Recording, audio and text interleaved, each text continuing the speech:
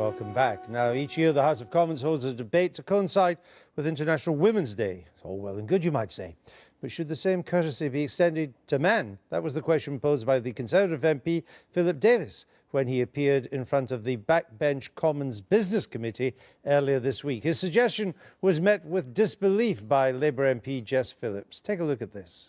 The opportunity for men to raise issues that are important to them is very limited. And just to give you a flavour, Mr Chairman, of the type of things that may come up and which will be part of International Men's Day, I'm not entirely sure why it's so humorous, but to discuss issues such as men's shorter life expectancy, wider male health issues, many of which go unreported through embarrassment of men to sort of go along and talk about these things. You have to excuse me for laughing, that the idea that men don't have the opportunity to ask questions in this place is a frankly laughable thing, as I say, as the only woman on this committee. The idea that this chamber, that these houses, both of them, in any way reflect gender equality is to me a frankly laughable thing. And Philip Davies joins me now from Leeds. Welcome to the Sunday Politics. I mean, isn't Jess Phillips right there? I mean, the Parliament is still dominated by men. Business is still dominated by men. Most power centres are still dominated by men. You don't need a separate day or a separate debate. Well, there's a difference between how many men there are in Parliament and the debate about men's issues. And I think there's some very serious issues, such as the high suicide rate amongst men, the underachievement of boys in school, as I mentioned there, the low life expectancy of men, the underreporting of health issues like testicular cancer, the underreporting of male victims of domestic violence. You could bring that up at any time. There's enough men in the Commons if these issues are important, and clearly they are. There's enough men in the Commons to bring that up whenever you want. Well, actually there aren't. That's the whole point. There are very few opportunities to bring up these particular issues, and if you look through the record of Parliament, there is very few times when these issues have been debated. And these aren't just issues that affect men, by the way. Lots of women are concerned about these issues. Lots of women are married to men. They have fathers. They have sons. They're things that these things should be important to everybody. And I think that these are serious issues and they're not to be scoffed at. Are you surprised at the appalling abuse that that clip provoked? I'm not saying you had anything to do with it, of course, but are you surprised at the appalling abuse that Jess Phillips then found herself on the end of? Yeah, it was completely and utterly outrageous, and I very much hope that Jess is reporting some of these people to the police.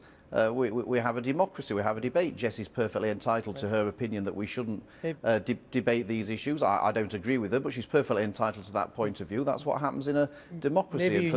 Maybe you need a debate about men not behaving in that way over something that they don't agree with. Well, I very much agree. We should have debates about what we should do with these morons that contact people in the way that they contacted Jess. It's completely unacceptable.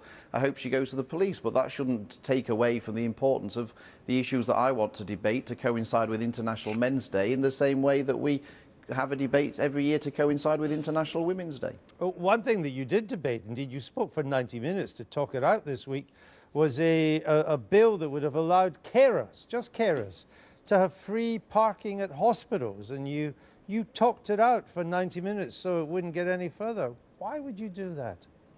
Well, I don't know if you've read my speech, Andrew, but I made it abundantly clear in my speech why I didn't support the bill, what my objections to the bill were. They're all there on the public record for people to read. I was concerned about that it would mean higher car parking costs for other people, like disabled people who go to visit a hospital and other vulnerable groups, that it would perhaps mean a reduction in revenue for hospitals, which would mean they wouldn't be able to employ as many doctors and nurses. But why should carers have to pay for that? Why should carers I'm not saying that they should. To pay? Well, they do, and you stop them now from not.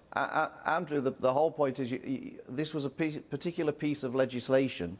There are many hospitals that don't charge carers for parking. All hospitals are free to not charge carers from parking if they so choose.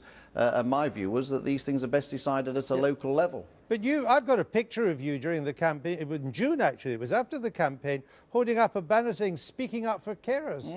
I don't think this is what the carers thought you should be speaking up about. Well, you obviously haven't read my speech, Andrew, which is Well, the mistake that 90 minutes long. I've read bits of it. 90 minutes is a long time.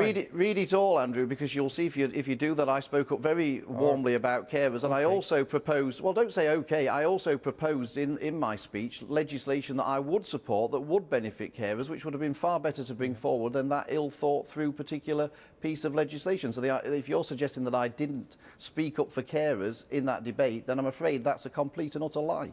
Let me move on to Mr. Cameron and the European Union. He's now warning about life outside the EU, or life with a more, what you might call an associate type relationship with the EU. I mean, don't you conclude that is he really preempting the renegotiations? He's really made his mind up that he has to do whatever it takes to stay in. Is that a fair conclusion? Yes, absolutely. Look, the Prime Minister's going to get next to nothing from his renegotiation, but he's going to come back and dress it up as a great triumph and say that based on this triumph he can now recommend that we stay in the EU. We all know that. I don't blame him for that. That's what all Prime Ministers do.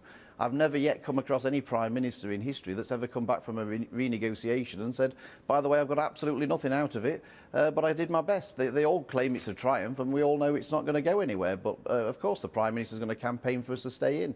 My job is to persuade people that any claim of renegotiation has been a complete farce. OK. Philip Davies, thanks for joining us from Leeds.